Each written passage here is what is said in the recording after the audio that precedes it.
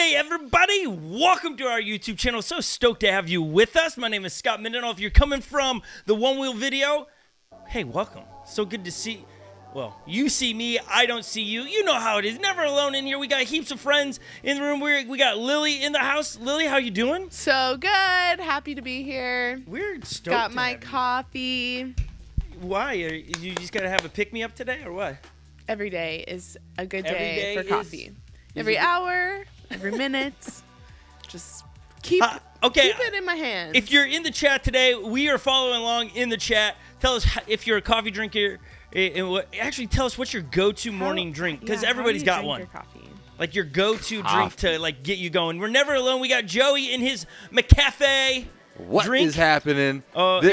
We don't have his camera on, but you can hear him. Shucks. He's coming. There he is. Chugga, chugga, chugga, So, chugga, yes. choo, choo. He's coming. There Coffee he is. is the number one drink in the morning. Let's be honest. No, It not in this is. room. And I wouldn't say the McCafe from McDonald's is the best coffee, but it's decent. Joey? It's decent. I taught you better than that. What'd Yeah, you say? I just feel like no, in the I like coffee I like world, that is like Starbucks. no. I like Dumb Bros. I like You don't go. You're not a coffee drinker for taste. You go for coffee to wake you up. yeah. Well, I do like the taste. I love the taste, but I definitely go for it to like wake my brain up. For sure. Okay. So yeah, I don't really have a favorite though. Yeah. So you're not the what would we call you? A coffee connoisseur like Lily over here. Yeah, probably not. Connoisseur. I wouldn't say I'm a connoisseur. What? Hold I'm on. like No, a level 3. You do a pour over I do. on most mornings. That to me is like you're only drinking McDonald's coffee if you're out like in the middle of Canada and there's no other coffee. That's your option, right? What about Canada? Just listen. Just pay attention. No, Like, you one of my don't- all-time favorite things is making coffee while camping in the woods. Yeah. Ooh, that is good. Yes, it's so That's fun. not because the and coffee tastes great. Not, It's it's the- not bougie the or anything. atmosphere, It's the yeah. nature. Yeah, it's all like about- waking it up has. before the sun. Yeah, but it's again, you're not cold. explaining like coffee is like ooh the taste and the nodes and The notes. the notes and all Yeah. those. Yeah. I do enjoy. Something I enjoy is pairing coffee with certain foods to bring out the flavors. Yes. I have a question. Michael Ryan says coffee rocks. That's all he puts. Just boom, it rocks. I like it. Let's see Okay. if Lily knows this question. She knows. Does coffee like actually taste better like in like the Dominican and like down Wait, in, south like places where coffee is like made, right? Why would it taste better there? I don't understand. I that. would say just about anything tastes better when you get it right where it's grown. So coffee beans in Colombia, delicious. Colombia. If you go to Hawaii and have coffee beans, Okay, like, so have you're saying- coffee at Okay. the vineyard, like vineyards. The plantation in Hawaii. I think it's all delicious. Okay, so you're saying So- based on that, it tastes better where it's actually produced or made. That means Spam because Minnesota is where Spam was created. So eat it I'm here, pretty it sure tastes that's better. like in a factory. I was Not good. speaking of being grown from the ground or a tree or all The that. toaster is made in Minnesota, so eating just toast better in Minnesota. That's what you're saying, right? Sure. No. Sure. No. Okay. We're talking I'm- about never mind. I said Ryan Stother says I agree. Camping coffee is great. Canada, we're probably having Tim Hortons.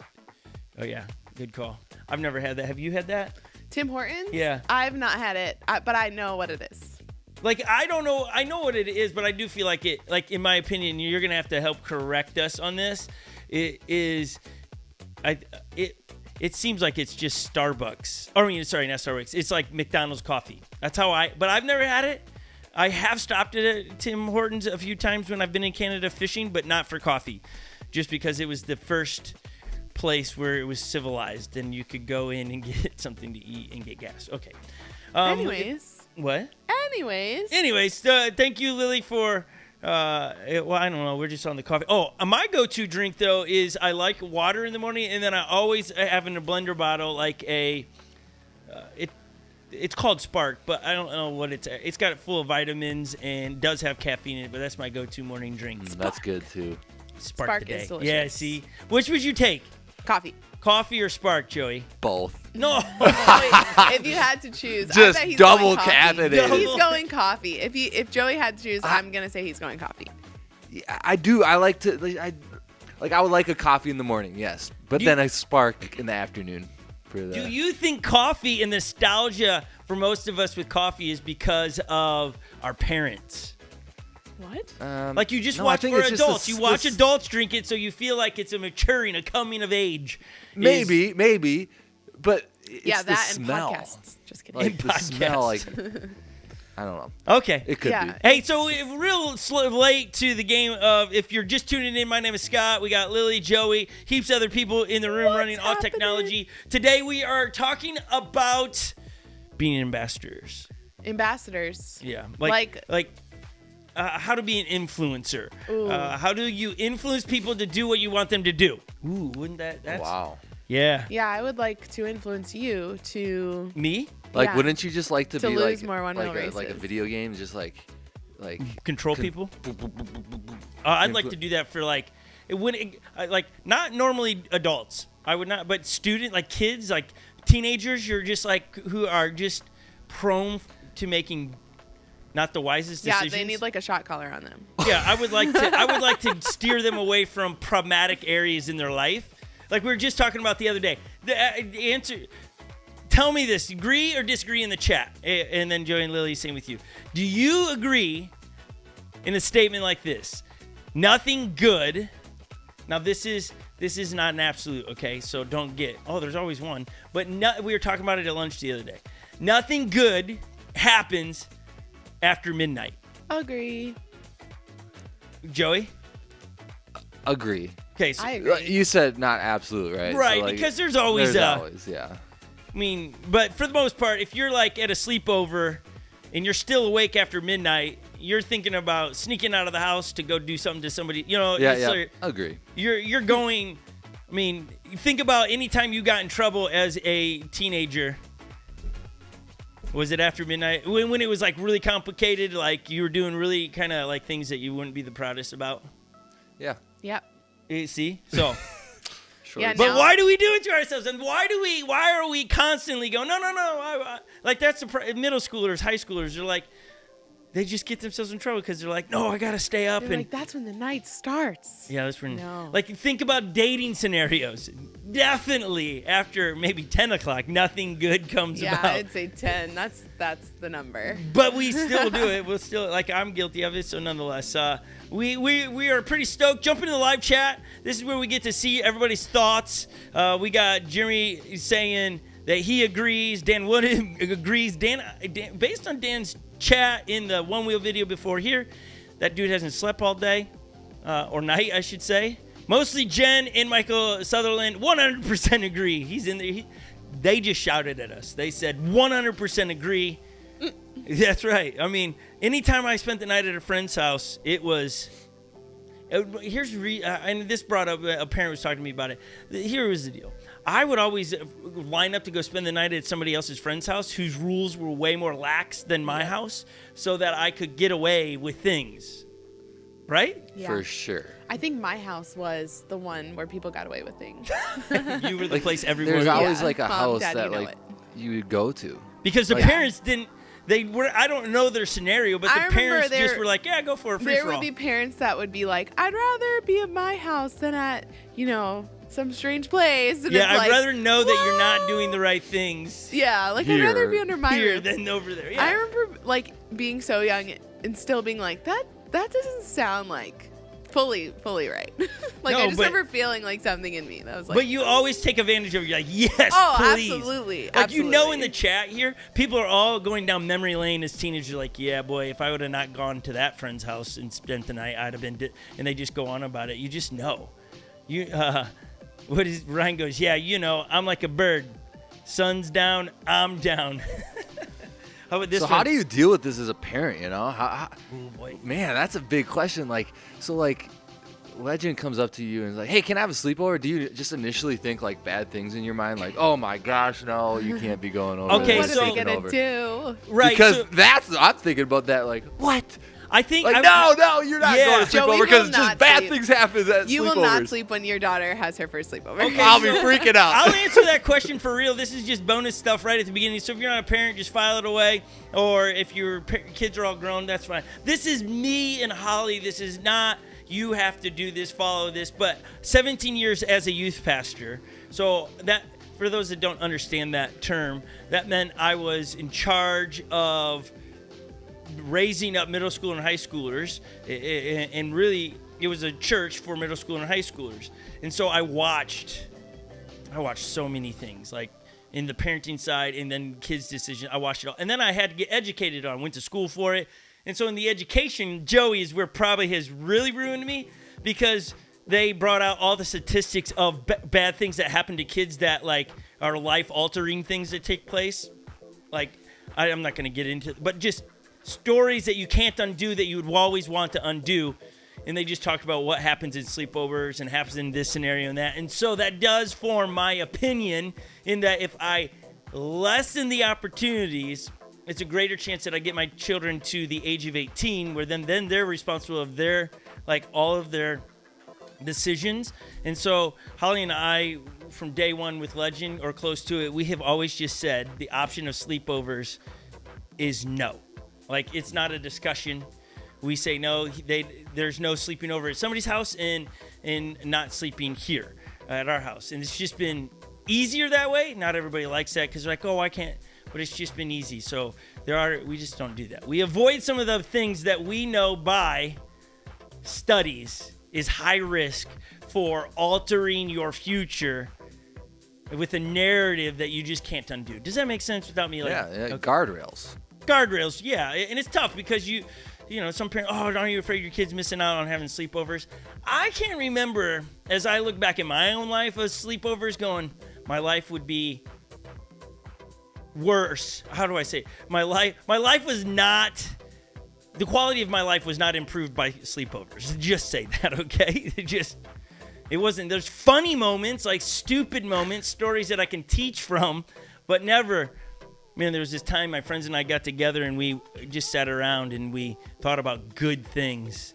How do we start or end starvation or any? There was never that.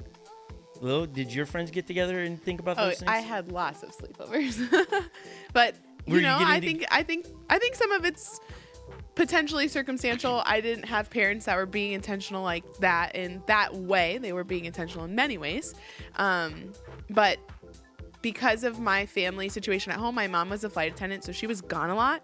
And so for me to be able to go with another trusted family at times, I mean, just made really great memories. No, we weren't saving the world. We were saving our brat dolls. We were hanging out and playing with all the cool things. Yeah, all the cool things. Rat dolls is to that. Cool? I am grateful for that part of my life, especially because the one friend that I have that I did a lot of sleepovers with is no longer here on Earth. So I'm super grateful for that. But I totally get, and I'm excited to make those decisions someday when I'm a parent. Yeah, and again, I had sleepovers, so it wasn't. It's just based on information. I think that's the best thing for anybody to do. Like Jeremy's saying that he's got 2 kids. His daughter, my oldest daughter, is having 2 friends over right now. Like, there's no judgment on my part. Like, I read that and like, that's awesome. That's so cool. So there's no, oh no, if Joey has a sleepover, I'm not going to cringe at it. It's just, you got to take information in. And like I said, it's unique to me is I've spent so long with middle schoolers and high schoolers that it's formed my way, informed some of my decisions in parenting. That's not right or wrong. And at the end of the day, we have 8 kids. Like, my mom is in town, and so that's pretty cool. But when my mom comes into town, our kids give up a bedroom. Well, then they all just go downstairs and sleep. So you have 8 children in our basement. Like, it's a sleepover. They have one every day. It's totally a sleepover, yeah. You know what I think mean? the cool part is you and Holly are on like the total same page about it. You experience it together, and we're like, yeah, we don't want to go that way, and I totally admire that. I think that's awesome, and I like seeing when parents are on the same page and running after it together, rather than like there were times where I was like, I know something's off here, so. Yes. I think that's super cool. Hey, switching to, we want to play a quick game. We played this on our other channel a couple weeks ago. When we went live. It's a game of, is Lily standing or sitting? We're going to put up her camera, her zoomed in shot, and you got to decide, is Lily standing or sitting? Put in the chat, do you think she's standing or sitting? I am clearly standing. You can see the difference. because of just like if I'm sitting, you have all of this room here standing. But Lily, is she sitting or standing? We're giving you a little bit of time. Joey, we can't ask you because you'll Joey, see. show us what it's like. Hey, watch. If Joey stands, a big difference. Go ahead and stand for us. Look. Bye, Joey. You know that he's standing because all you get is his chest. You don't even get his neck. Like you he's gone. Okay. Okay. So I have a funny story. While they still decide, and you can guess, I have a new friend who is. All my friends have been hearing about this because it's just so fun. He's 6'4", and Joey's 6'3", and Joey's tall to me, but that inch makes 1 inch the greatest difference. Like he towers over, and my neck hurts by the time. Oh my gosh! I'm like, you are so tall. So, anyways, so people are saying that I am sitting, standing. I see a lot of standing. Half and half. Okay. Ooh. Wow. Let's reveal it. Lily is sitting on her stool. A leg is straight, but she is sitting. I'm gonna go with Jeremy is correct because my bottom is resting on my stool. However, I have full weight on this foot right here, and this, I'm half and half. So you're half. Get out of here. Yeah. Okay, but watch this. Now sit normal. Okay, this is her sitting.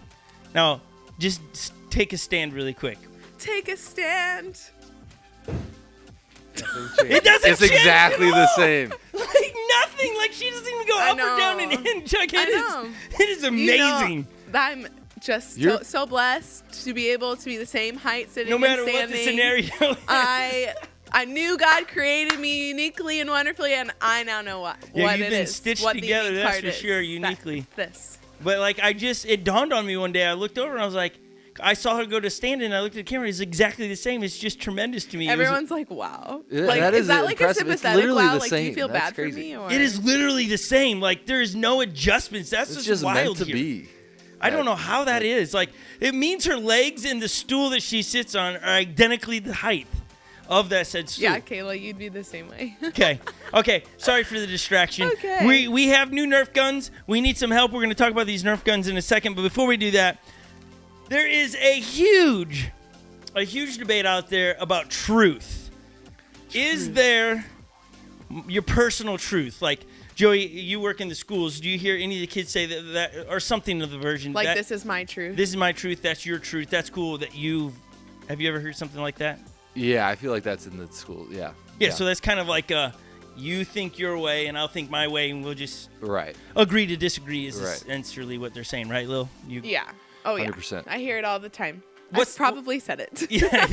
Yeah, I think that's been I've been guilty of that, thinking that this is a way to diffuse a situation, going, no, that's your truth, that's cool, I have my truth. But is there one truth that we should that's it? There's no other truth.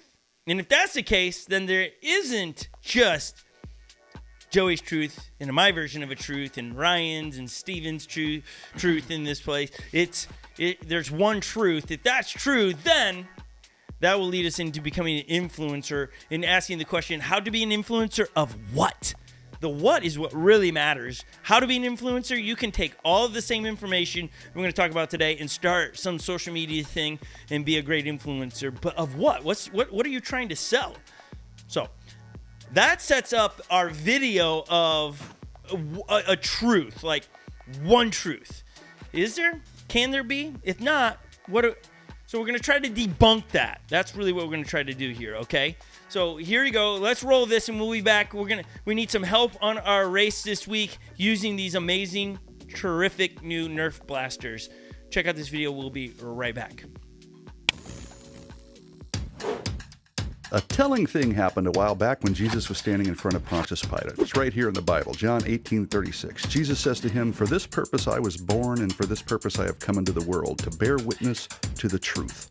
Everyone who is of the truth listens to my voice." Now, Pilate says this. Wait for it. He says, "What is truth?" Shabam! There it is, the big kahuna, the spicy enchilada, the fizzy lifting drink, the question of the ages. And it's not much different today, which is why you hear claims like, "It's true for you, but not for me," or "There is no truth," or "Truth is relative, bro," or the ever so popular "Speak your truth." Now, these things all sound nice and sweet, but what in the world do they mean? Well, let's take "It's true for you, but not for me." Now, in all honesty, doesn't doesn't the person who says this to you want you to believe what he's saying? He's assuming that his relativistic claim is universally true, right? Everything is relative, I guess, except his relativism. Now, if something can only be true for me, which it can't, then it doesn't apply to you or anyone else, so what's the point in saying it? But if it is true for everyone, then the claim is wrong, because it's only claiming to be true for me and not for you. Get it? Okay, maybe it's not clear right this second, but things that contradict themselves, like this claim, cannot be true. What about the claim there is no truth? Oh, yet another statement that demolishes itself by its own standard. After all, is that claim true? If so, it's wrong. If the claim is not true, then it's true that the statement there is no truth is not true, which means there is truth, which makes the claim false. Moving on to the popular speak your truth. I gotta ask you in all seriousness, is there really your truth and my truth? Truth is what is. It corresponds to reality. It's black and white, either or, fact kind of stuff, right?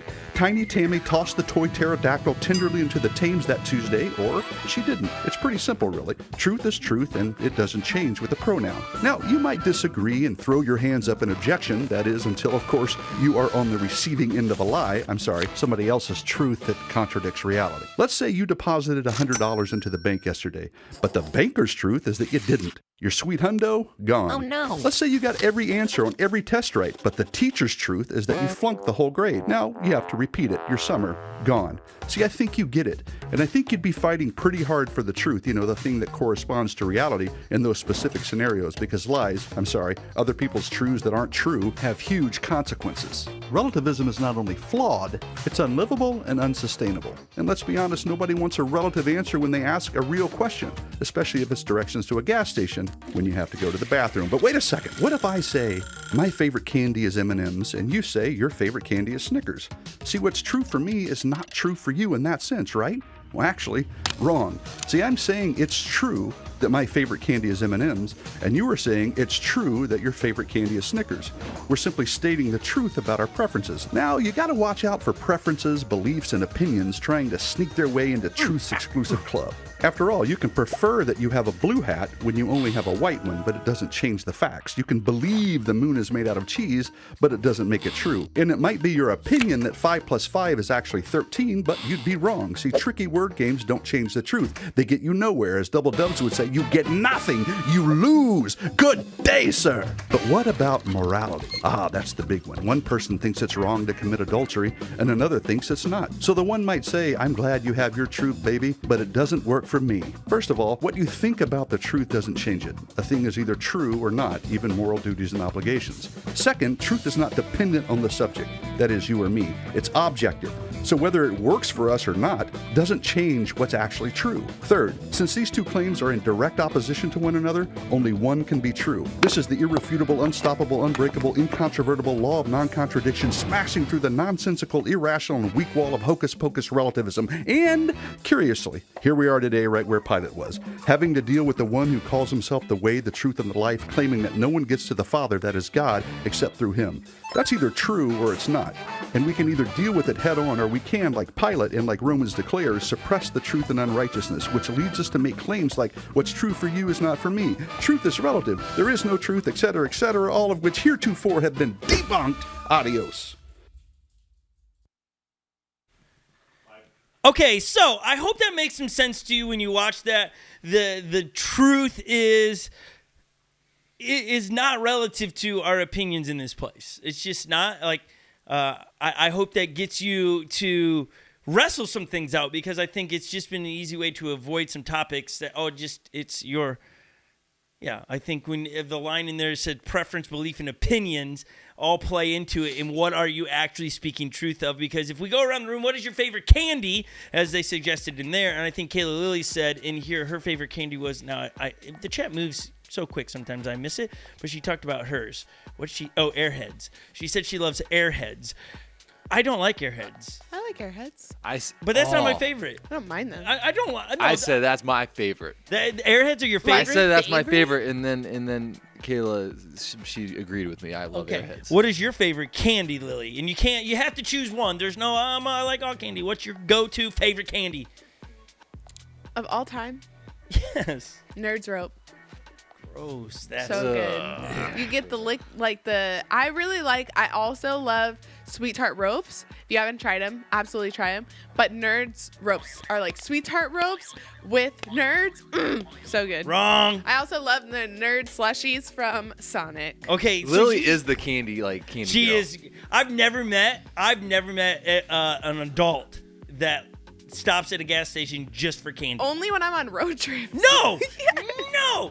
We have coined in the office. It's Nerd 30. Yeah, but that because doesn't mean it I'm doesn't going to the matter gas what time of station day to buy it is. them. You'll bust out a box Tell of me Nerds. the last time. Tell me last the last time? time you saw me do that. It's been months. Months? No, I was gonna say it has been in the last month. Yes. Guess what? Lil, here's the deal. Remember, I'm trying not to keep a record of wrong, so I can't pull these things out because I just let it go. I just see it in the moment and I It shake has my been head. easily since like December. No, Yes. it has not been that. No, Yes, it has. no way. Yes. Nerd 30 is still a thing. I'm gonna do it this week though. Yeah. I'm gonna do got it me this week remembering. because you do it every week in the office. You're doing it this week so that you're setting it up like it's a new thing. You're starting it over. That sugar craving is coming back. Yeah.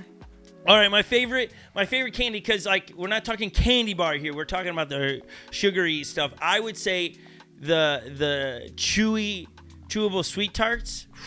That's tasty. Those are delicious. Like Chewy Sprees too. Yeah, So Chewy good. Sprees, that'd be second place. good. I like those. But what I don't like on any of those things, when you're said and done with all of it, there's this coating On your teeth. on my teeth, and Oh. I know what's happening. I'm old enough now to know what I that know coating's what's doing. It's happening. eating my teeth. Yeah. Okay, let's get to the Nerf guns. These Okay. are the Rush Blasters. They just dropped. They go 140 feet per second. They got these little Wide shot. things. Are you about to shoot me? Ah, she shot me right in the elbow.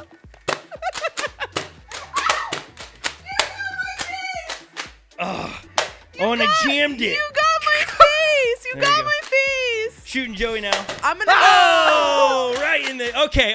I'm gonna have a well on my Are we face. trucing?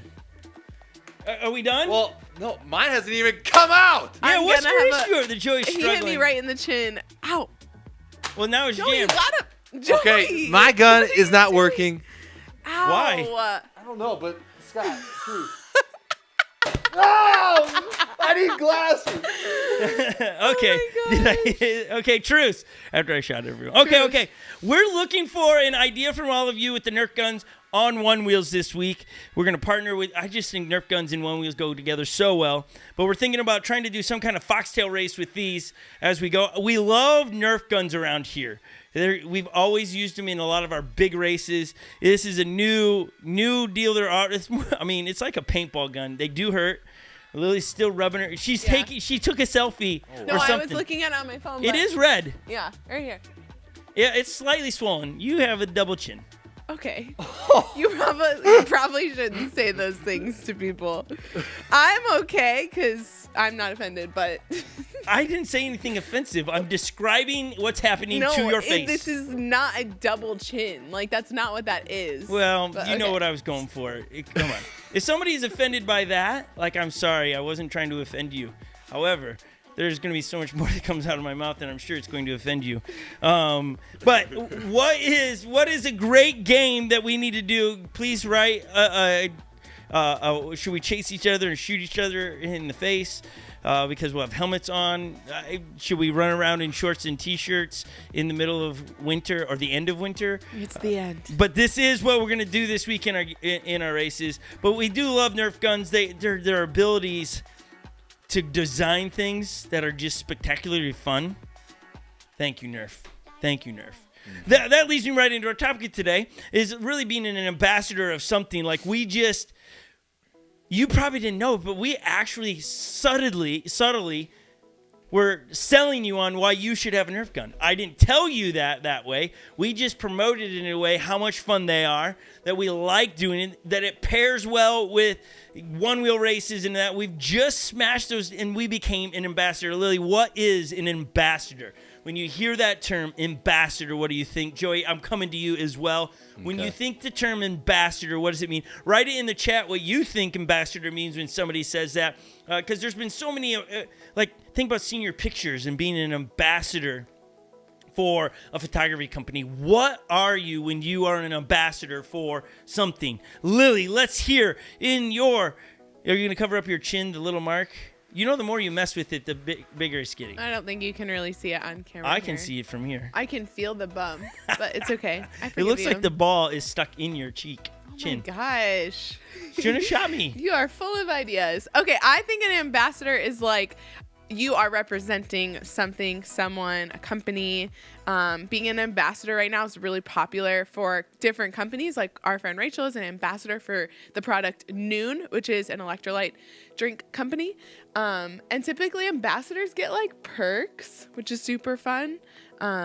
So like you're representor of something. So you're representing something, but you're getting a kickback? Is that what we're... Sometimes you get a kickback. Sometimes you don't. I don't know. Okay, how about you, Joey? What do you think? I think it's like a supporter, and like you're promoting the thing, the product, the person, so it's like you're supporting it, and you're just like promoting it by showing it off, pretty much. Okay, I like that. Lily, did you look it up by any chance? I'm doing it right now. You are? Why do you have all those pictures pulled up? I was Googling Jada Pinkett Smith in The Matrix. Right. Oh, right now? No. It was just like my most... Why are we doing that? It was my most recent search. He looked over and saw. I did. I was like, but I thought you were going to show us something awesome, like what an ambassador is. Okay. No. I remember rolling through high school, and you'd always have like senior pictures going on, and right as school's getting out your junior year, all of a sudden there were these ambassadors of photography companies that got their senior pictures done first, and they would come in and show you what the pictures were. I want to know if like anyone in the chat did this. Yeah, when I was in high school, this was not a thing that I remember. Yeah, it's you. Well, I also You don't remember because you didn't even take senior pictures. It wasn't a thing. It was like you did. Guess what? An ambassador is a person who acts as a representative or promoter of a specified activity, or an accredited diplomat sent by a country as its official representative. Yeah, well, that's the government side of things. But that second one is kind of like it's a representative or promoter. That's what a lot of people say. That's who we are for One Wheel. We do like One Wheels, but it's definitely. Jeremy says Scott is the ambassador for his channel. Yes, I'm the only one. Yeah. No, so is Joey and all of us. That's why it's Scott Mendenhall and Friends, because it's not just me. There's no way. I mean, if somebody thinks it's all just, it's not. It's so many people helping, especially on this channel. There's so many people behind the scenes. But senior pictures, where you were to be the ambassador, you keep that definition. We're gonna or copy paste it or something so we have it. Here for laughs and giggles, we thought we'd bring some senior pictures because we were ambassador. I was not an ambassador. Were you an ambassador for a photography company, Joey? No. Why not? I was not. Because I wasn't asked to be. Neither was I. Now, I know a lot on this topic because Holly's parents are photographers, and they did senior pictures, which they did my senior pictures. And no, Holly and I were not dating at this point, but they did my senior pictures. So let's. I don't know whose pictures are coming up first. Here are our senior pictures. Somehow we chose, as we go to a black screen for you. There. There's Lily. That's my yearbook. Yeah, this is senior picture. Senior photo where they put Lily. the thing on top of you. Young Lily. Yeah, that's me. Wow, Lil. Okay, who's That's next? Your hair's the same outside. I mean, for the most part, still today. It's longer there. Yeah, but today it's curly. My eyebrows are a little bit thicker today. Oh, let's take a look. Let's compare eyebrows. I guess we didn't realize that. Yeah, sorry, we missed that. No, it's okay. They're a little thin. Yeah. Was it receding there or what? And receding? No, your eyebrows don't recede. You just go with the times and the trends. So you made them look like that. Yeah, that was the time and the trend. So is one eyebrow up or is it just the way you shaped it? I'm not really sure what you mean by that. Well, one looks like you kind of like have an eyebrow up, like you know how people can do that. Well, half my eyebrow's covered by my hair, so I'm not really sure. Okay. Anyway, so what? I think we saw a sneak peek of what it's got. we have. Here's one of my senior pictures, drastically different than Lily's portrait mode. Here we go. This is me in a bean field with my dog Rocky. Look at that bear of a dog. He's a little guy. Look at that guy. Are you wearing a cardigan? In the field. Yeah, I'm wearing a cardigan. I like the cardigan. What type of glasses are those? Oakley's, man. Senior year, there's no way. That was my first pair of Oakleys. Do you still have those? I do. Those are cool. I got those at the Olympics that year. I went to the Olympics. What? That's really Yeah, cool. Where were the Olympics? Atlanta, Georgia, on a missions trip. I went down there and bought the Oakleys. Sweet. We have a Joey senior picture. Look at this. Well, Here's Joey.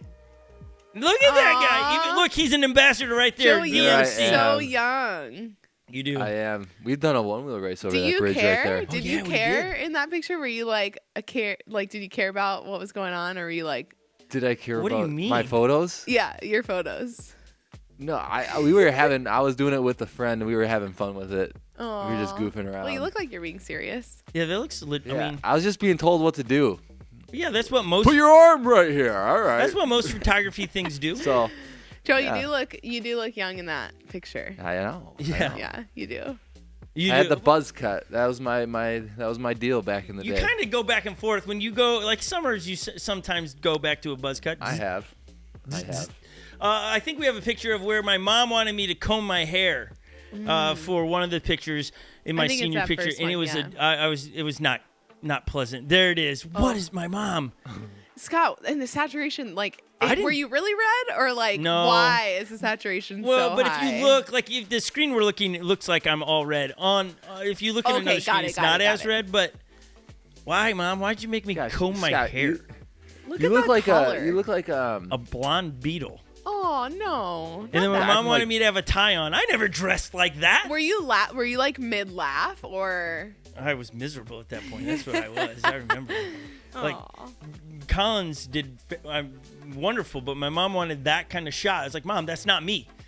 We might have had a disagreement right there, but nonetheless. Do we have a couple others? We don't I think need- we got another one from Joey. Joey, we do have another one Yeah. from Joey. maybe Scott even. Aw. Joey waving. There, I'm Joey, waving. What's See, happening, that's guys? awkward. Be more awkward. That is awkward. Yeah, Like, what- who does that? Joey does. No. Number 11. I do. Yes, I do. I feel Okay. like it's a Again, lady. the reason we're showing these is because senior pictures, there's always an ambassador program for photographers. They are to sell you on something, and they themselves get a kickback. The one that I think they all want you to see of my senior pictures, again, my I senior mean, it's a little bit like a little like bit for real. This graphic. This is like no. I would say that like we're pretty G-rated on this channel, and this is like a little bit like parents. No, This is the get out moment. of No, I'm here. just It's a kidding. senior picture with my- PG-13. All right, let's put it up there. I can't wait anymore. Oh, I my- can't wait. she wants to hear everybody's. Oh. That's it. Bam! Yep. That is like it's the angst for me. that. It's like the look, angst? Those like, jeans. Look at that pouty lip. And how many necklaces are you wearing? There's plenty of necklaces. And what's the point of the Leather belt if you're gonna jacket. wear? I mean, Well, you might you as got- well have pulled your boxers up or whatever it is you got going on over your belly button, because at that point it was like you're purposely wanting those to be shown, right? That was the style at the time. Like I will say the leather jacket's pretty cool. Would that wear was that Holly's today. dad's leather jacket and motorcycle. I and mean- Is he the one that told you to do that? Or were you I like, don't remember let me the whole take scenario. my. Like I would need him to be here to kind of confirm all of the pieces I would to love it. to hear What you're this story. promoting in this picture is riding a motorcycle shirtless, which would hurt, and no helmet, which dangerous. Oh my But gosh. he does have So- Jesus on his sleeve. He does. I did. missed that. So Where- he's promoting a lot. He's saying Oh, that's you can what be a Jesus? follower I of thought Jesus that said even. Iowa State. Oh, Lily, the subtleties that are in some of the pictures. Okay. Yeah, let's it's like take you're that. an Okay. ambassador for Jesus in that picture, but Look, really, Lily, thank what you, are girl. an She goes, ambassador that for? was the style. Okay, look, Jeremy says, look at the bike. Sony says that Scott's Tiger King photo. Remember, thank you, Ryan. You're in the studio and you wrote that, right? I can see you, Ryan. Yeah. Okay, and remember, I was 18 years old there. and not much wisdom. Okay, so we say all that to kind of keep it light, but the real topic of today is we're gonna ask the question: Are you what are you an ambassador of? That's probably how we should ask it. And I think this is a question that's hard to answer for yourself, because I bet you what you say and what other people would say would be very different. What are you an ambassador for? Like the main thing that you're an ambassador for. Is it for your hobbies? Is it for, or is it your ism? Like, I'm single, I'm a parent, so I'm an ambassador for those things, which, again, none of these things are wrong. I'm not shaming you for that. I'm just asking to get the conversation in your head. What are you an ambassador of? What are you promoting? What are you promoting online? What are you promoting on Facebook, TikTok, all of those people? What are you promoting at your job? What are you promoting all over these places? What is it that you are promoting an ambassador of, okay?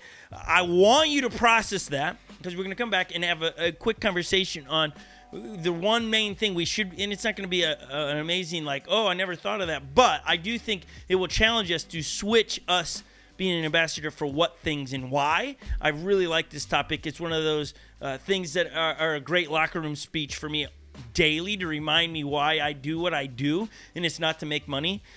It is not to be going after fame or status. It's not about getting followers on Instagram or more subscribers. However, you should subscribe to this channel, and the reason we love you subscribing is so that you know when we drop content on this channel, because we really believe on both channels, my personal channel and this channel, our hope is to always point you to one main thing.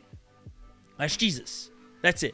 We're going to have a lot of fun, hopefully being entertaining and engaging and create community here, but we want to be ambassadors for that, where we're trying to say the main thing is always the main thing, and that's Jesus, a relationship with Jesus. And we think that changes the game for us in everything in our lives, and so no secrets here. So smash the subscribe button as you get to listen to a song that's such a good. It's another one in the fire. And the whole concept of this song is that when you go through those rough moments in life, those times that are just got you down, you aren't alone. There's another one with you. God's going to walk through those things. It's not like God's going to say, oh, peace out in the rough times. If you've ever seen, maybe you've gone through your grandparents' home, or you've seen a picture of just a set of footprints in the sand, and that's all you've seen. You never went up and read what it was talking about on there. But in it talks about, it's an argument really between a person and God. God, where were you at when I look back at my life? I see two sets of tracks, but when my life got tough, and when there was tragedy struck, or I lost my job, people got sick, I was depressed, I look back and there's only one set of tracks. And then when that season of my life's over, there's two tracks again. What gives? Why would you do that? And the way it's wrote is God's response to the individual is that's where I was carrying you. For all the times you thought I was, I'm picking you up and carrying you through.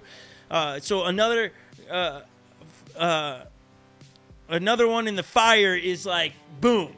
Do we have that? Is that the right song? It's same idea. Fire's gonna fall. Yes. Okay, great. Check this song out. We'll be back. Think about as well, what are you an ambassador of? And we'll be right back to give you some thoughts how to be an influencer. Enjoy this right here.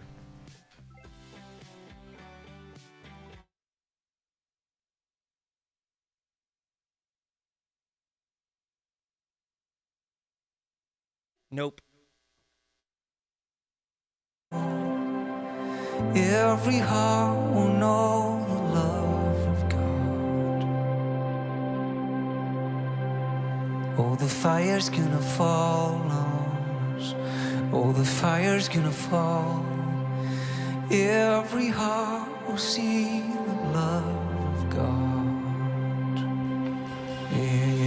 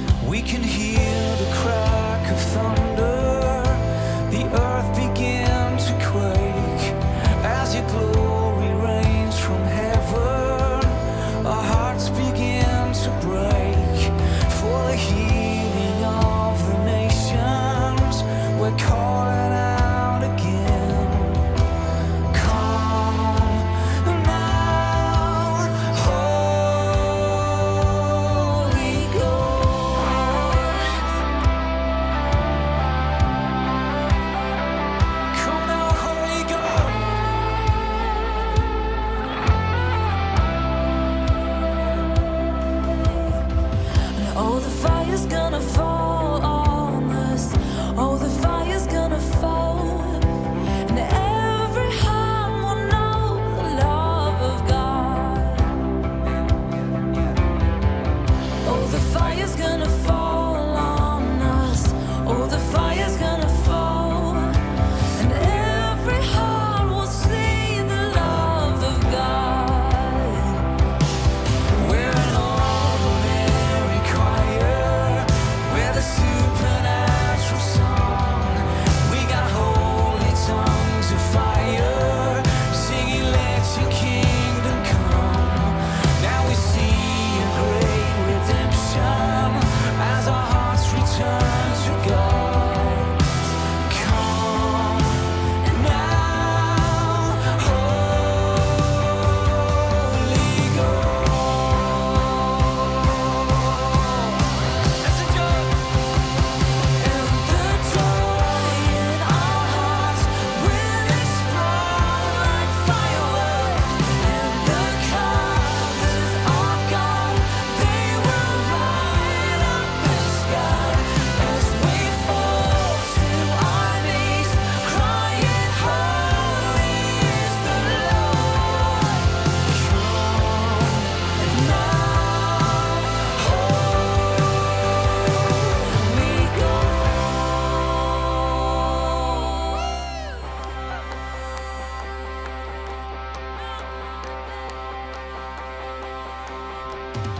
I hope you enjoy that. So I love that music. If you're wanting to search a genre that's like thoughtful, reflective, that pushes you to think about qualities of God, you can go on iTunes or Spotify and look up worship is usually the genre. And inside that, some of the bands to look for would be United Live is a great one. You have Delirious, which is an old school band, like that's vintage stuff. Martin Smith is the gentleman in there. He was formerly part of Delirious. He's got a new band, and his new album just dropped, Another in the Fire, I think it is. Was that right? Martin Smith. Yeah. I don't think it's Another in the Fire. I think I'll have to Google it. It has something to do with the word fire. Yeah. Again. And then Joey, you love who? Tell for the genre of worship, you love who that they should be listening to? Dancing on Fire. Maverick City. Yeah. Yeah, it's so good. They're coming to Minnesota, Joey. They are. I'm going Thursday. Well, there's a guy. If you're local in Minnesota, there's someone from Maverick City. One of the singers is coming to sing at I don't even know what church. It's in Golden Great, Valley somewhere. I'll be and it's a free event. Hopping in your car with you. Come there you on. go. That sounds amazing. So Yes, yeah. Maverick City's And good. then Lil, how about Direct you? message me if you want to go. Yeah. How about you, Lil? Who's somebody that they should be looking up? Recently, I have been loving Jarvis Campbell. Amy Beal, who's sometimes in the chat, she's local. She goes to Unlock. She showed me Jarvis Campbell. Oh my gosh. Teach Me How to Dance, Garden, great songs. And it's like just good music that also points to Jesus. So I really appreciate that. Yeah, so again, I say all of that to, man, if you're looking this week to maybe you like going on long walks or you whatever you're into, just slap that on. It does change this. Okay, let me ask this question as we get into the topic. Are you or do you know someone that is like this? Believe in spite of kind of person. Ooh. Are you or do you know somebody that's like this? Believe in spite of kind of person. What am I asking there, Lily, when I say that? In spite of, kind of like you believe in spite of, like what? Like believe in spite of your doubts, or believe in spite of what people have to say, or believe in spite of their past. Someone who, I mean, Michael was just sharing in the chat. You know, there's been parts of people's lives that don't match how they want to live now, and if you trusted them only based on their past, you might not trust them as much as you'd believe them in where they're trying to go. So I feel like that's what I thought of first off. Okay, I think of it, a real life scenario would be like, I trust Joey and Lily with almost everything. I mean, I got no problems giving them my debit card and my password to withdraw cash if they had to, or whatever it is. I trust them to drive my children somewhere. I just trust them. If somebody comes and shares a story about Joey or Lily that doesn't match in spite of the information given to me, I still trust them. It's not changing the qualities that I know of them. So in life, we're slapped with all kinds of scenarios. Some we get ourselves into, and some happen just because we're part of a world that's crazy. But maybe you know somebody that's going through a difficult time, like their parents are not healthy. Maybe they are going through a divorce, and it's really one of those divorces that it's like clearly the person on the other side was doing some shady things. Maybe you know an individual that's lost their job, or they have health issues, but they still have joy that defies logic and peace that surpasses all understanding. Like, do you know an individual that is that? Like, not the story of like, I hear bad news about Joy and Lily, and in spite of that, I still believe him. But how about I still have peace that surpasses all understanding despite the tragedies around me? That I can have joy despite I should be in a ball of goo crying.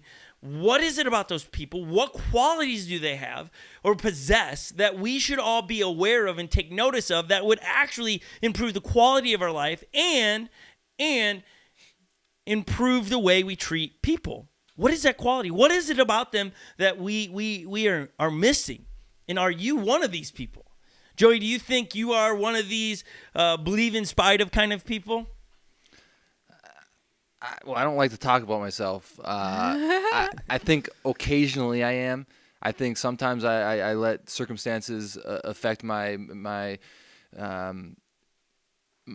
But overall, I do think I am pretty like solid. Like when bad things do happen or things are not going the way I want them to go in this world, in this life, I think I do still put my trust in Jesus and knowing that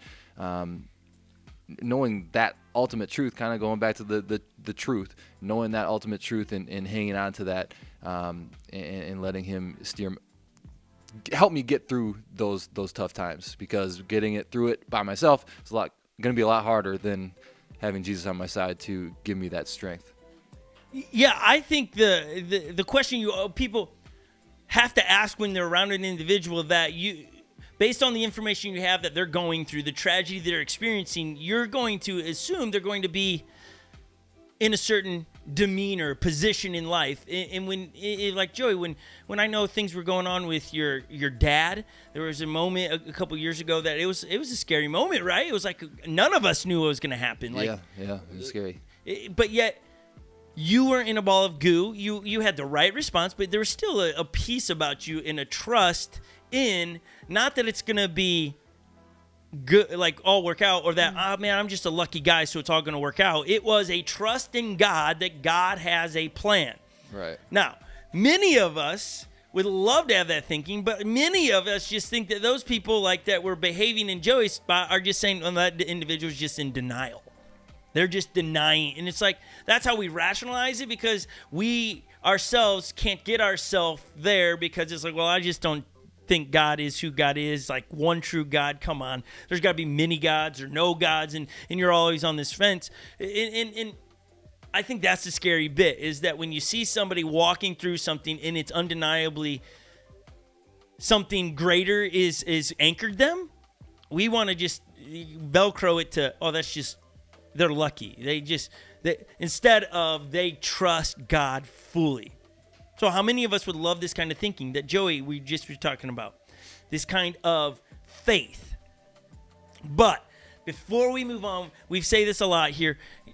When we talk about faith, Jesus didn't say you have to have faith to believe in me. This isn't a faith, have more faith and you'll just get there. Because it's like, what are we all going to do? Just sit here and like, what are you? And I'm doing that, like, right? And Lily goes, what are you doing? I'm just trying to work on having more faith. Like, how do you get?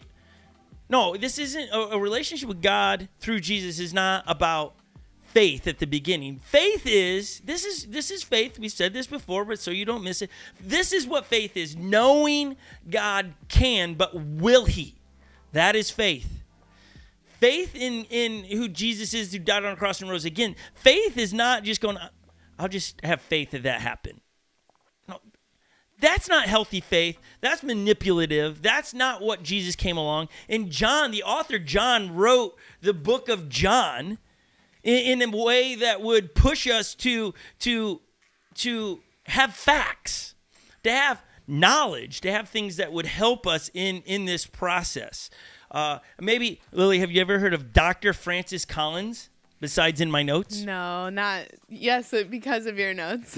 Yeah. But no, not before that. Okay, this dude is a genius. I'm sure he is, just because what projects he's worked on. I have to read it. It was the director of the Human Genome Project. Nice. That's cool. I don't even know. Sounds legit. Genome. Yeah, do you know what a genome is? If I didn't have kind of some words in front of me that I might have some of your notes, then I would tell you no. I would if you would have asked me that question and I had nothing, I don't know what I would have said. I think I could have told you it had to do with our DNA, but I don't. Googled it. Yeah, I feel like It's I feel like I can say that now after I read it, but I don't know if I would have said that before. It's the haploid set of chromosomes in a gamete. I remember seeing this word in school. Or microorganism, or in each cell of a multicellular. Yeah, so organism. I'll break it down a little bit less doctory and a little bit more we can digest We it. are so not in that world. A genome is an organism's complete DNA, including all of its genes. So it's there you go. That's and now so many people are I don't even understand. You tuned out. You're let me get back to the chat. Okay, so Dr. Francis Collins ran the project. He would run studies with people that were on their deathbed. He would visit them in the hospital doing all these studies, and he was making his round. At one point, he was making his rounds at a hospital in North Carolina, and these people were on their deathbeds, and he was talking with a lady who, and this is out of his book, and still had joy of going to heaven. So this woman was she wasn't depressed as she was on her dying. She was dying of, I think, heart failure. There was no hope for her. It was just it was over. There's no options. And he's bumping into her going, ask, why do you have joy still when you know it's all over? And she's like, because I know what's happening after I'm bummed to leave my friends and family, but there's hope on the other side. I despite what my circumstances are, I believe in what God has told. He goes, this is Dr. Francis Collins. He says, this was very unnerving because he had grew up with a set of parents who didn't believe in God. So that's his context. He runs into somebody that believes in God. All of a sudden, he's like, and then he wrote, this is all out of the book, The Language of God. Okay? It wrote from the perspective of Dr. Francis Collins, who was in the Genome Project. Okay, so he thought, this is his own word, he thought that faith is a psychological crutch. And it's a very powerful one. If it's nothing more than a veneer of culture tradition. He's just saying it's just a lot of emotions. It's just a way people use it to deal, but it's just a crutch. It's really, it's not powerful, okay?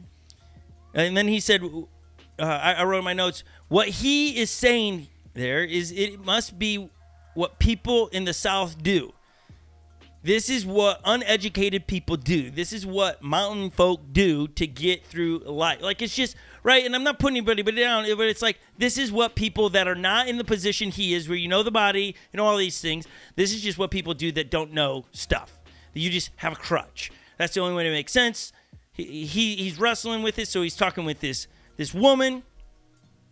Francis says, why were these people that he's interviewing not shaken their fist at God and demanding their friends and family to stop all the talk about loving and benevolent supernatural powers of prayer? And why aren't they doing this? And this is where in his book, Francis is shooken at this point. He's like, what is going on?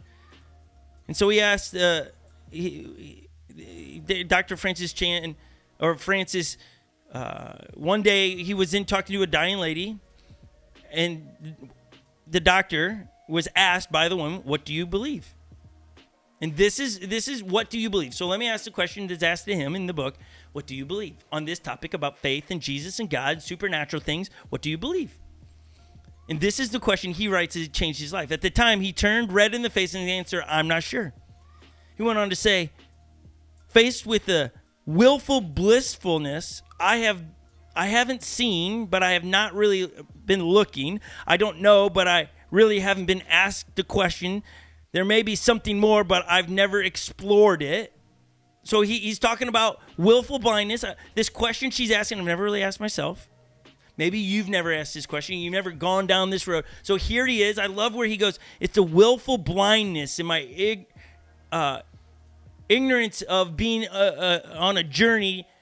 Like, I don't want to find the answer. I'm not going to start the journey. I don't want to do that. Like, I'm just not going to answer the question. Maybe so many of you are doing that. Like, this willful blindness of, like, I don't believe in God, but I've never really researched it. Or I've heard somebody talk, but I don't really care. Hopefully I'm making sense in this. What shook this dude to the core is when he was asked, what do you believe? He's like, I've never studied this. I've studied the human body to get these questions, but never what do I actually believe. If you read the book, you'll find out that question set him down on a path to study and find answers, and he ends up becoming a follower of Jesus. Now, here's where John's story intersects. John, the author John, he is an eyewitness account of what Jesus had done. He walked the earth. He was right there with Jesus, and he recorded down what Jesus had to do. John lived the oldest of all the disciples. He was the last, based on historical facts, he was the last guy to write the account of Jesus. He only takes 7 signs, that's what he calls it, seven signs about Jesus, which we would call miracles as well, and he writes his book to point people to Jesus. And he writes in 1 John, so this is a book later in the New Testament, 1 John 1, he says this, that which was from the beginning, he was there in the beginning talking about Jesus, which we have heard, which we have seen with our own eyes, which we have looked at, and our own hands have touched. So that's the eyewitness account. I was there. I've seen Jesus. I've touched Jesus. I'm trying to give you a lot of facts today so that as you're doing your research, if you're on the fence about this whole thing and you just like hanging around on this channel because you're like, I feel good. It's not because Joey, Lily, and I are communicators. It's because of our hope in what Jesus is talking about. So John goes on. This we proclaim concerning the word of life. The life appeared. This is John's way of saying, I was an ordinary Jewish boy that believed in God, and he came to earth and took on human form and changed everything. That's all I know. That everywhere at once, God showed up and changed everything, so don't ask me a bunch of questions. That's all I know. Which I think is tremendous. I don't have all the answers. You're going to ask me a whole bunch of things about truth, and it's like, listen, I don't have all the answers. Lily, do you have all the answers? Nope. Okay. I do not. Are you okay with not having all the answers? I'm okay, yeah. Okay. Mm-hmm. But are you on a path to find answers? I think on the path that I'm on, I will get answers even when I'm not looking for them. Yeah. This is so let me read all of that again. The life, this is Jesus appeared. We have seen it and testified to it. We proclaim to you what we have seen and heard, so that you also may have fellowship with us. And our fellowship is with the Father and with his Son, Jesus Christ. We write this to make our joy complete. John, when he's writing these books and these accounts, the dude is 70 plus years old. He probably was too old. Like, he probably had poor eyesight at this point. Couldn't write these books. It was wrote in a language that most historians believe he didn't know. So he's speaking to somebody. Somebody's writing it down. So he has some ghostwriter. Same with Mark is the ghostwriter for Peter. When you read the Gospel of Mark, it's interesting just how these guys, they just did what it took to get us the information. John does have an agenda. Joey, what's an agenda? An agenda, like a goal, like a goal to like get somewhere, like get somewhere, right?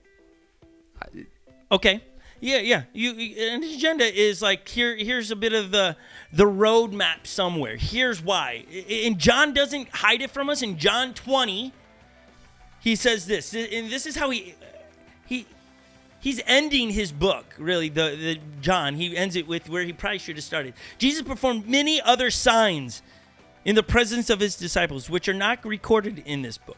But these are written that you, talking to you online right now, that you may believe that Jesus is the Messiah, the Son of God, and that by believing, you may have life in his name.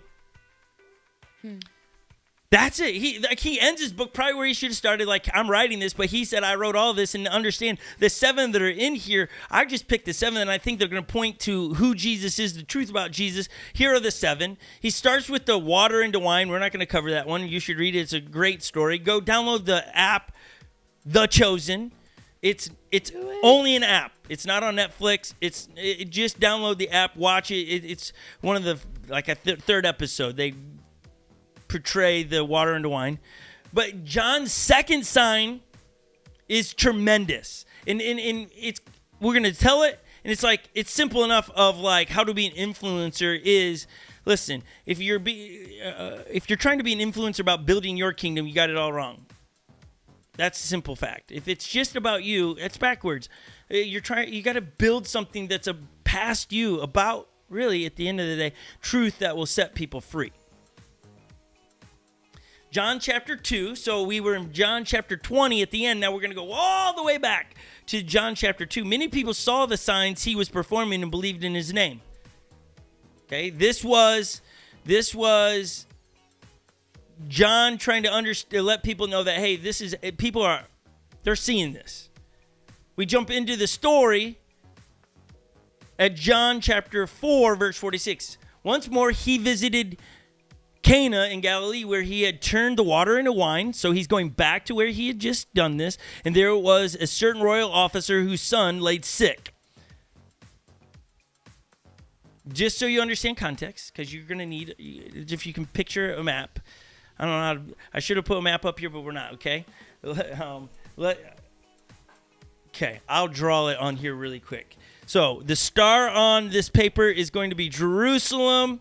We're going to put a dot where Canaan is. Understand this is not actually truth, but just so you get it, okay? We're doing some art today. Art and crafts. I don't know if you're going to be able to see that at all. Okay, see the dots? Yeah, so what's what? The star is Jerusalem. This is Caprim. No, sorry, this is Cana up here. And then this is where Caprin's going to be, okay? Now, if you line this up to a Jerusalem map, that's probably not where the thing's laid, but to give you context. So they left Jerusalem. They're going back to where to turn water into wine. And then this official comes over. What historians are telling us, it's an 8-hour trip by foot. It's 2 to 3 hours if you have a horse. So it's some travel time. Okay?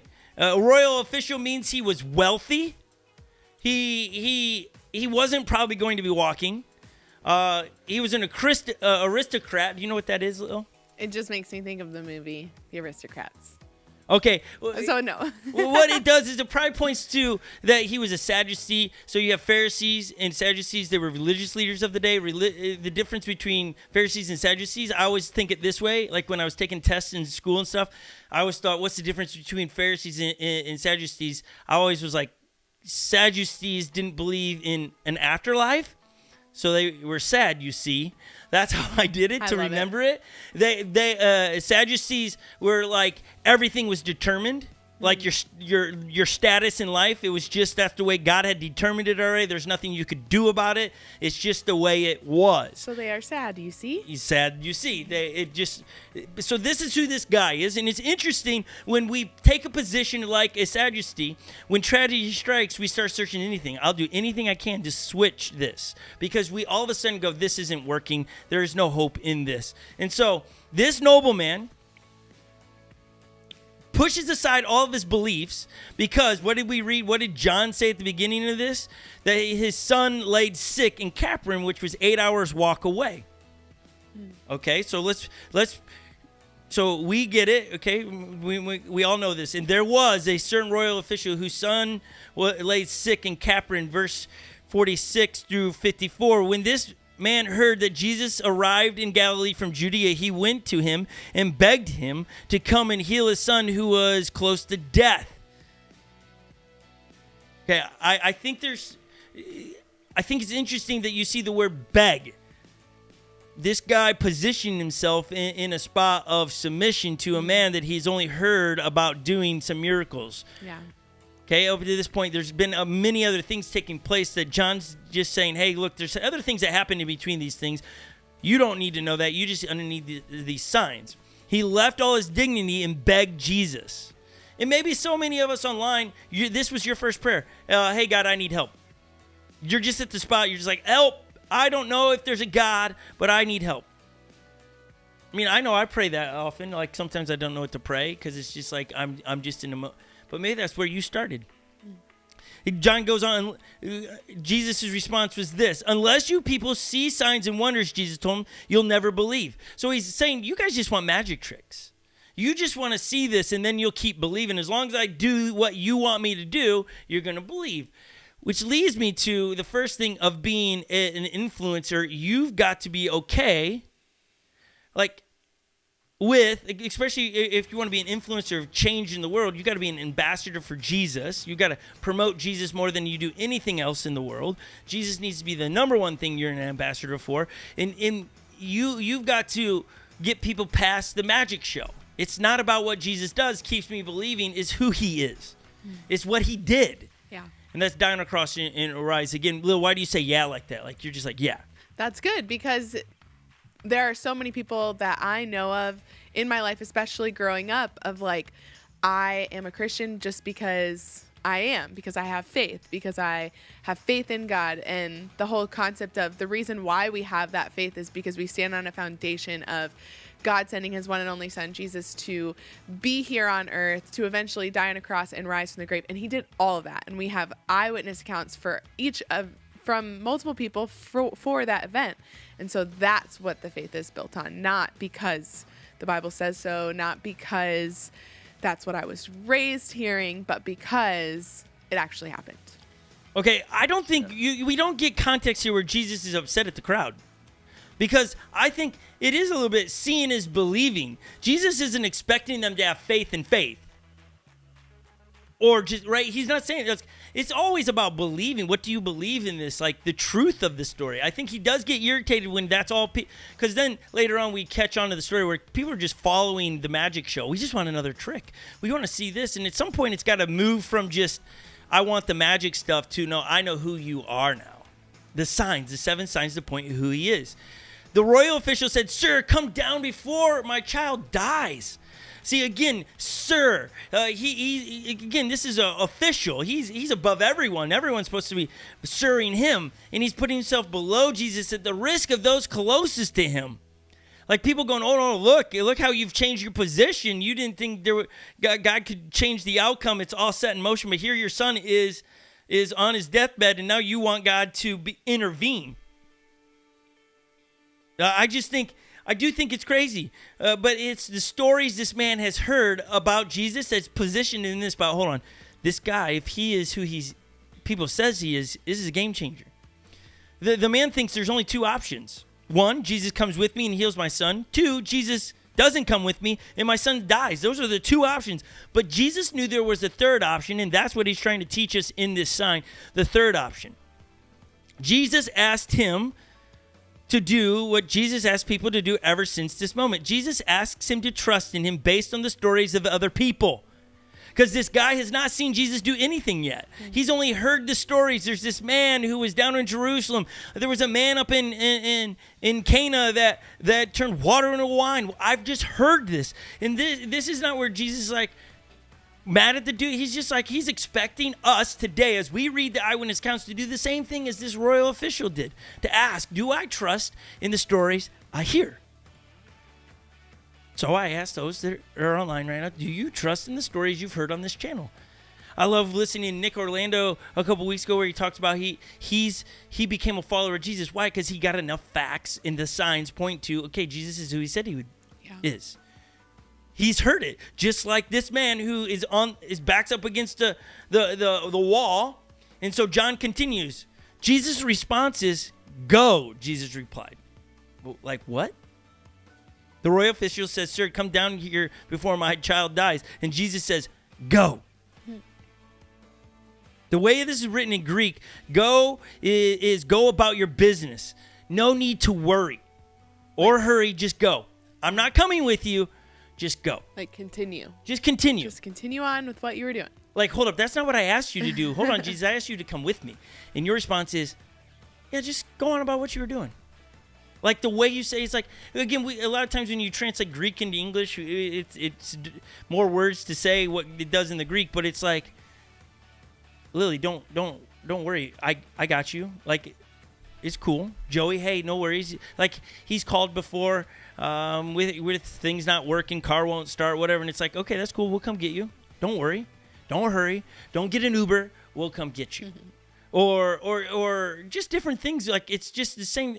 We got you. And here's God or Jesus saying to this dude, hey, I understand you're at the rock bottom of life. He's like, just go on about your business. And this is where we live. This whole moment, this is lifetime reduced into a day. This whole story between this official and Jesus in this conversation is our lifetime reduced in a day. Listen to me really quick. Like shut off everything for a second. We are asked to take Jesus at his word based on the words of other people. We are asked to entrust our lives to Jesus, our health to Jesus, our futures to Jesus, and our healthy children or our sick children to Jesus based on the words of people who knew him, who have seen him. The same position this royal official guy is. He'd never seen Jesus perform anything, and nor have we. We've only heard of it. No, wait, I shouldn't say that. Let me backtrack. I've seen Jesus do some really cool things. God work in my life. Miracles, I wouldn't say that I'm lucky. I would say they're miracles, God acting on my behalf. Mm-hmm. But if he doesn't, I'm not serving him for the magic tricks. Right. I am serving because of this. We are to go about our day with our unanswered prayers, confident there's something to Jesus. Confident that he is who he said he is. Haven't you seen these kinds of people that have joy when the world's falling apart? Or can still laugh even after they lost everything? It's inspiring to see such things.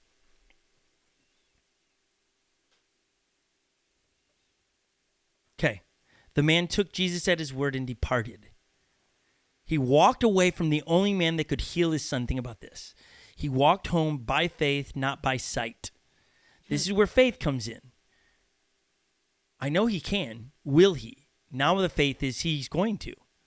While he was still on his way, his servants met him with the news that his boy was living. When he inquired as to the time that his son got better, they said yesterday at 1 PM, the fever left him. Then the father realized that this was the exact time in which Jesus had said to him, your son will live. Go about your business. And good. You learn here, listen, this is a day later. So the man didn't get in a hurry. Now, some of that could be he's like kicking their dirt going, how am I going to explain this to my wife? She sent me here to get this Jesus guy to come back, and now I'm going to show up without Jesus.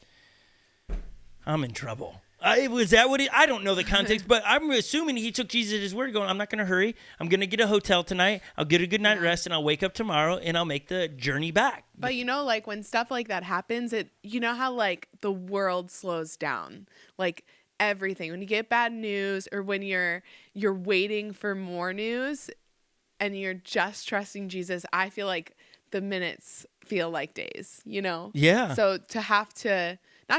but to help yourself have that faith through that is tough, but we've got examples of this, know, and it's just, and this should, again, we are all this official person. At some point, we have to decide to listen to the words of John and Matthew, Mark, and Luke as they're putting together these stories about who Jesus is. We've got to decide, I'm believing because of the stories I've heard, just like this individual. And then the result is his son is healed. It's a miracle that happens. But again, it's a sign to point to how we're supposed to be a follower of Jesus.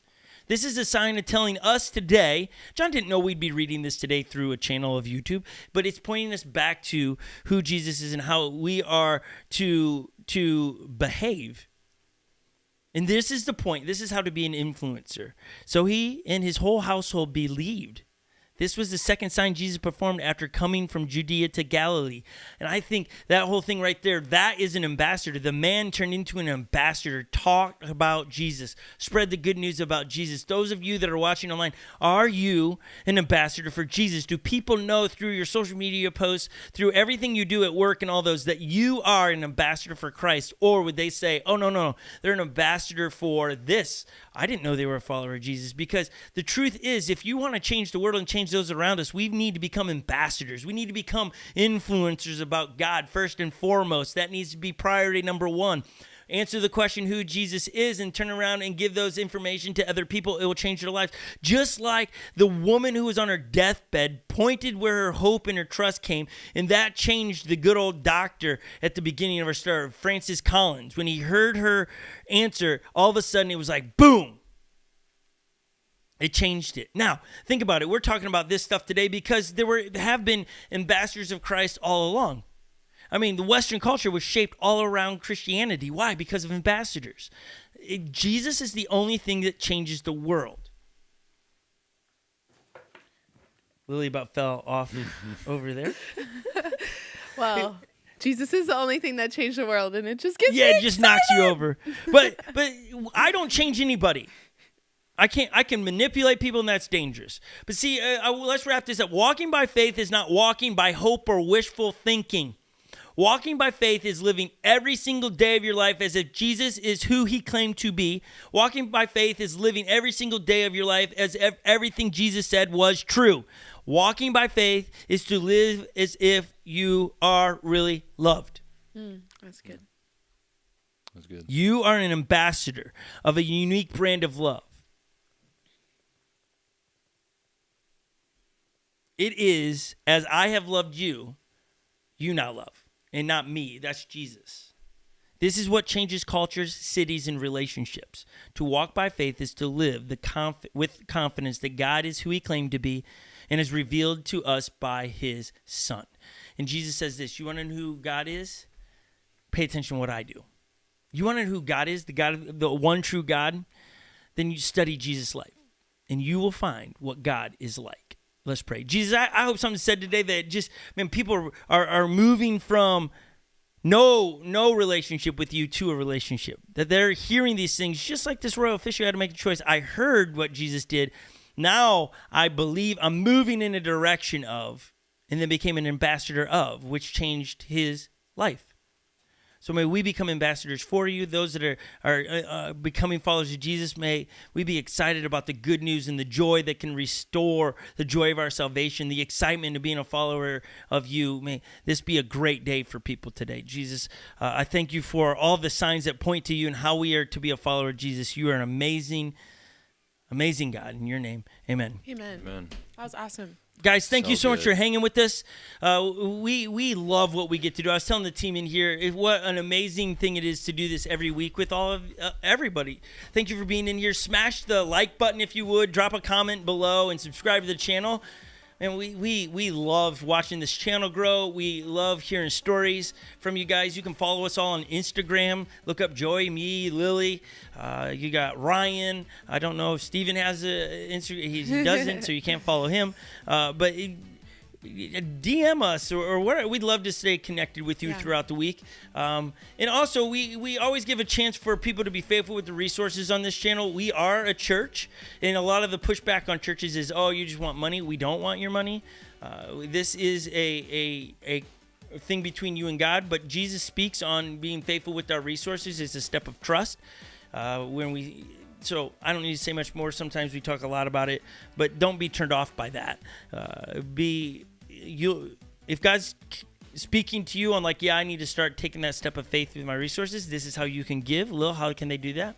You can just go right over to unlockchurch.com/give and give that way. You can also text the word unlock to 77977. And just like Scott said, we're trying to continue to do this ultimately to teach people about this love that we have that we don't always acknowledge, but it exists always for us and will never run out. Yeah, and I hope, again, today, it's the locker room talk for those that are like, oh, I needed to hear that. That's why I believe in Jesus is what you like this official. And some of you, I just hope it spoke to you guys today. And we look forward to next week's topic. Guys, always fun to hang with you guys. Stay out of trouble. Ask the question, what does love require you to do? And then do something about it. We will see those that want to be over at the Man's Theater in Champlin, Minnesota. We got to get there in the next 30 minutes because it starts in like 25 minutes, actually. So, okay, guys, have a great week. Bye, we love you guys. everyone. Bye. See ya.